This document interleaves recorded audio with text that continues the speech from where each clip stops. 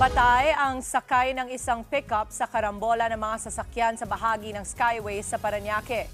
Limang iba pa ang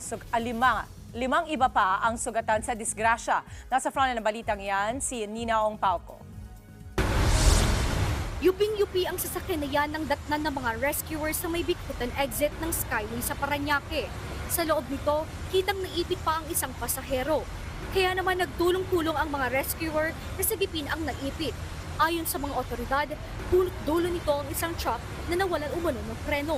Bumangga ito sa isang pick-up na siyang namang tumumbok sa isang kotse. Sa lakas ng impact, napuruhan din ang isa pang SUV, big bike at utility van. Patay ang sakay ng pick-up na unang nabangga ng truck, habang 5 naman ang sugatan. Nasa likod po yun sa nakaigay. Kaya nung pagbangga po nung napuruhan po yung ulo niya. Service po yan ng sa company po. Biglaan yung pangyayari po eh. Nagulat na lang din ako. Nakita ko sa side mirror, may inaararong kotse. Tapos, yun, bigla na tinamaan na lang din kami. L3 po, sa likod lang po, yung sa likod ng sayan, durog. Hawak na ng otoridad ang driver ng truck na galing daw Bulacan at magde-deliver sana ng mga kahon ng panindang chichirya.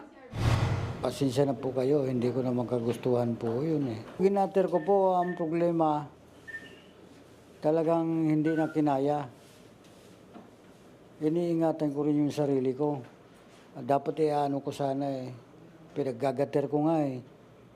Wala, hindi na kaya eh. Naawa talaga ako sa pamilya noon. At saka yung namatay. Wala naman magagawa po tayo at talagang aksidente po yan. Labis naman ang dalamhati ng ama ng nasawing biktima dahil nalagasan pa ng kaanak ngayong magpapasko. Ito na yung Christmas na magiging maganda kasi sabi niya maganda yung mga kontrata na kuha ko out of town. After pupunta siya sa Monday, dapat sa Tugigaraw eh. Wala na. Lahat yun, wala na. Sakit. Nagdulot naman ng matinding traffic ang aksidente. Inabot ng 3 oras bago na ialis sa daan ang mga nasangkot na sasakyan.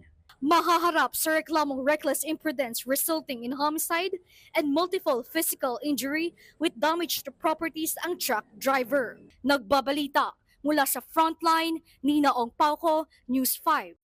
Mga kapatid, Dimples Romana po, kumpletuhin ang inyong umaga ng mga kwentong puno ng inspirasyon. Salubungin po ang bawat araw ng may ngiti at pag-asa. Kaya't mag-subscribe na po at mag-follow na sa aming social media pages ng News 5.